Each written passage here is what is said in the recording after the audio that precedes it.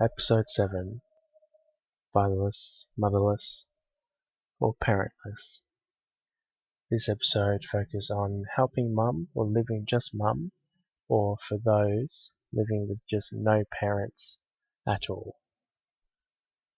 Now, what do you do when you're just living with just no parents at all? So we'll get this out the way because there are a couple that I know, they're in their 20s or 30s, they don't have any parents. They may have siblings, but they have no parents at all due to tragic circumstances. So the best piece of advice that I can give you is, if you do have no parents, is that you would have to rely on all family that you can, all close family that you can be with, even if it's just siblings. If you have people outside of the state or country and on the other side of the world, you want to be as close as you can, especially in the first 2 to 3 years, close as you can with family.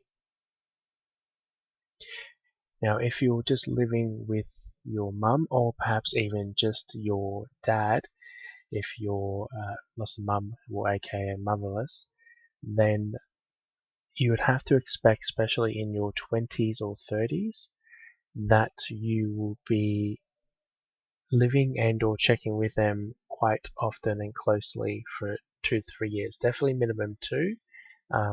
3 years would be fair, few years essentially. 3.5 would be fair. So it would be best to check in and be prepared to check in every day for the first 2 to 3 months, and then generally 2 to 3 times a week after for a few years, unless you are choosing to, or for some reason, if you're a young teenager or in your early 20s and you are living at home, then obviously this would be quite regularly. But if you're not living at home, then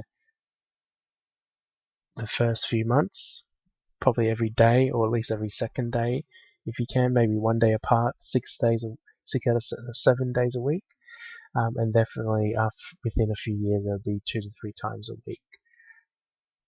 Now, obviously, offer to help with your mum, regardless of how old or how fit, chores and help around the house as best as you can. Even if you can help with rent, mortgage, or utilities, help with house financial bills.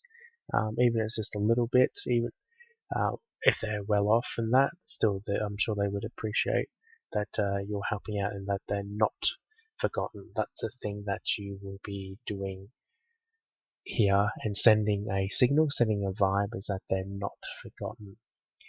Now, especially for men that are living with mum or only just have a mum, then obviously it's quite understandable you want to set polite boundaries, not firm boundaries, but polite boundaries. And this would go with any parent with its mum, or even in general just with parents. And you don't always feel the need to rescue, but you need to set polite boundaries, and even some silent boundaries. Now that would be time and space for yourself, looking after your own health and well-being, and just having the distance so you don't feel suffocated. Now, depending, and it would go into attachment styles, and that's a whole different story and episode in that to discuss. But if you pretty much need that closeness and safety, that's understandable as well. And if you're fine with that, that's perfectly fine. But if you're more of an avoidant or person that needs their space, then you will need to select polite but soft boundaries, so you don't feel perpetrated or invaded or suffocated in any way. And with that as well, was with your helping and living with just a parent, have a morning and night routine, and just make sure that you're getting your own well-being looked after. And also with additional things to help out, that's helping out with setting furniture and other heavy lifting, or even just organizing movers, but people on apps like Tasker to do so.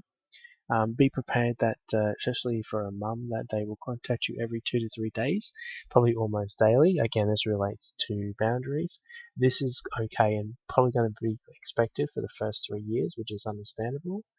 But with any parent, be prepared to have contact every 2 to 3 days for probably quite a lot of your life. And just make sure, again, it goes back to those polite boundaries. And probably to end this on is not care about others and know your situation. And what I mean by that is not caring about what others think or what you may potentially think, or perhaps maybe you've overheard something said about your situation, and that just upsets you. So the best thing is just not to care about others. You know your situation, and they don't need to know. You don't need to justify anything. Of course, you don't want this, especially for men or even young women in their 20s or early 30s, with their mum or their dad per se. Whoever it is that you're living with a parent, you want to have that independence. So uh, the first 3 years, I'd go with 4 max. It's perfectly fine, regardless on where you are in life. It may be a little longer if this has happened between 15 and 25 or up to 27. But if you're close to your 30s and later in life, then obviously timing and other things, because perhaps you might have a family of your own, then those things will take priority as well. And balance. Essentially, it comes down to balance and, again, those polite boundaries. But you don't need to care and you don't need to justify your life to anyone. They don't need to know. And even if you're, I guess, going out there and dating, then that's something that you can come up with how you wish to disclose. And, the person that you're with, if you are living with a parent, then the person that you're dating, let's say this has happened 2 years in and they have a problem with it, well, that's on them. It's understandable.